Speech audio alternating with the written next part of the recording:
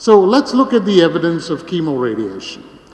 Can you use it in stage 1? Well, the standard of care for very early superficial esophageal cancer is surgical resection, no question.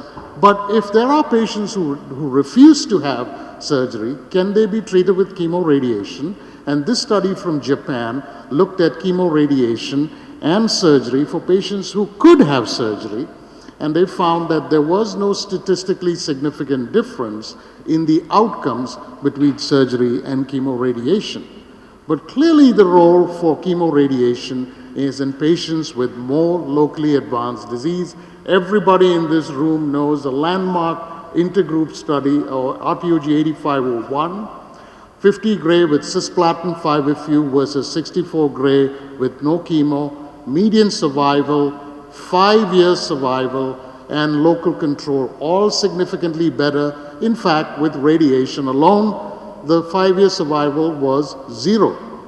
Now, there have been many such studies which have been done, not showing the same magnitude of difference, but if you look at the overall survival benefit in randomized clinical studies that have been done and in this Cochrane database meta-analysis, the absolute difference in 2-year survival for chemoradiation is about 4%, surprisingly similar to chemoradiation in lung, not very different from that.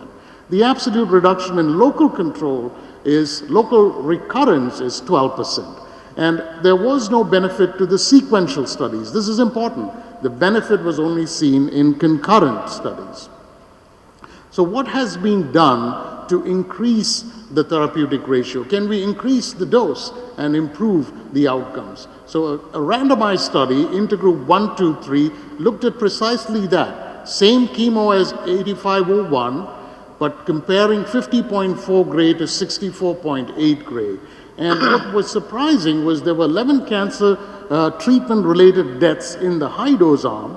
Only 7 of them occurred, in fact, 7 of them occurred before the 50.4 gray. So I don't know whether it's directly attributable to dose. Nevertheless, there was no difference in median survival, 2-year survival, or local failure with the increased dose. So that study was a wash.